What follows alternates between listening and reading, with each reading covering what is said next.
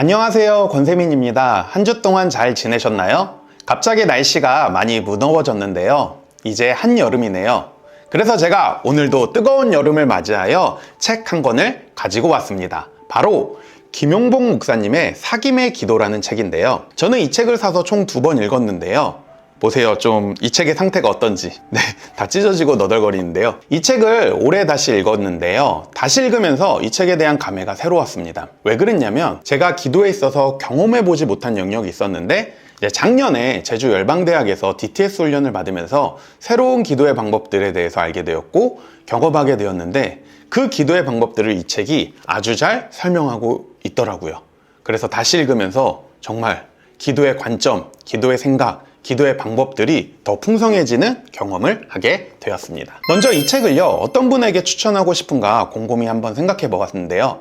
첫 번째로 기도의 기본기에 대해서 알고 싶은 분들에게 이 책을 너무너무 추천하고 싶습니다. 제가 감히 이런 말 드려도 될지 모르겠어요. 이 책을 기도에 있어 기도의 바이블이라고 말하고 싶습니다. 기도에 대한 기본기를요, 이 책이 아주 잘 설명하고 있기 때문이에요. 구체적인 예화나 예시를 통해서 기도를 아주 쉽게 설명하고 있고요. 그래서 이 책을 통해서 이 기본기만 잘 잡아간다고 하면 어쩌면 기도의 내용, 기도의 깊이가 충분히 달라질 거라 저는 생각합니다. 두 번째로 추천하고 싶은 분들, 기도의 방법을 확장하고 싶은 분들, 기도의 지평을 넓히시고 싶은 분들에게 이 책을 강력 추천합니다. 이 책을 보면요, 다양한 기도의 주제뿐만 아니라 기도의 9가지 도구들을 소개하는데요. 무려 9가지입니다.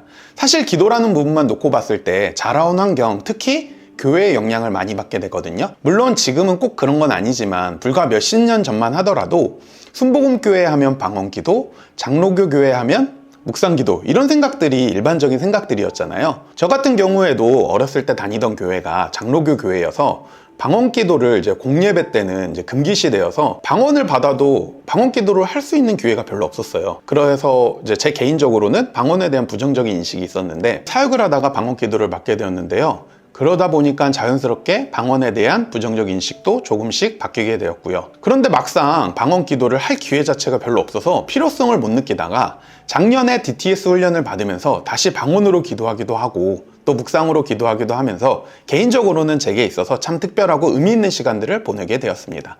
물론 제가 다 경험한 기도의 방법들은 아니지만 이 책을 보면 시도해보면 참 좋은 기도의 도구들이 있습니다. 기도문을 활용하는 기도, 그리고 기도일기, 또 호흡기도, 난생 처음 들어보는 기도의 방법들, 이런 기도들도 있거든요. 그런 기도에 대해서 관심 있으신 분들은 이 책을 통해서 살펴보시면 되고요. 이 책에서 어쩌면 가장 중요한 포인트라고 말할 수 있는 건요, 바로 기도에 대한 관점인데요. 저자 김용복 목사님은 기도를요, 하나님의 사귐의 관점으로 풀어가는데요, 부모와 자녀의 관계로 기도를 설명하고 있습니다.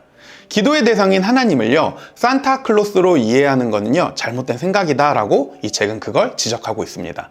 이 책에 이런 대목이 있습니다. 기도를 요구하는 것으로 이해하는 사람들은 그런 식으로 하나님을 대한다. 하나님을 만나 사귀는 일에는 관심을 두지 않고 그분이 주시는 선물에만 관심을 둔다.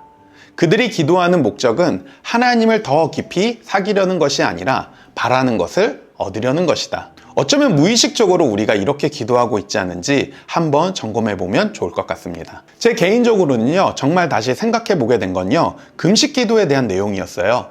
일반적으로 성경에서 보게 되는 금식 기도를 보면요, 국가적인 재난이나 개인적으로 심각한 문제를 당했을 때 그에 대한 반응으로 식음을 전폐하고 하나님의 개입을 간구하고 기다리는 것이 이스라엘 백성들의 금식 기도의 모습이죠. 그래서 스캇 맥나이트는요, 그가 제안한 이제 금식 공식이 있어요. 그러니까 먼저 A라는 상황, 식음을 전폐하게 만드는 심각한 상황, 국가적인 재난, 개인의 위기.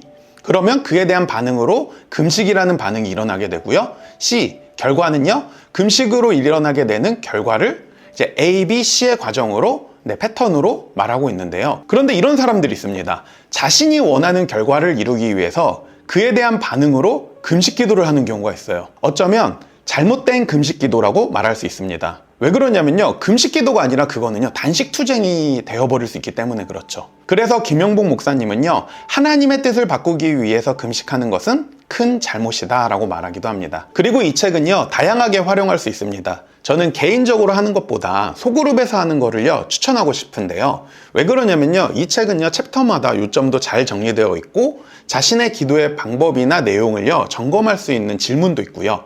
또 기도의 훈련의 방법들을 제시하고 있어서 그거를 따라 한다면, 소그룹에서 진행하기만 한다면 기도의 깊이와 기도의 생각이 달라질 수 있어서 저는 그렇게 활용하는 걸 적극 강력하게 추천하고 싶습니다. 그럼 오늘의 한 줄 평. 기도는 요구가 아니라 사귐이다. 하나님과 한 주 동안 친밀한 가운데 살아가기를요 간절히 권하고요. 이상 사귐의 기도에 대한 리뷰는 여기까지입니다.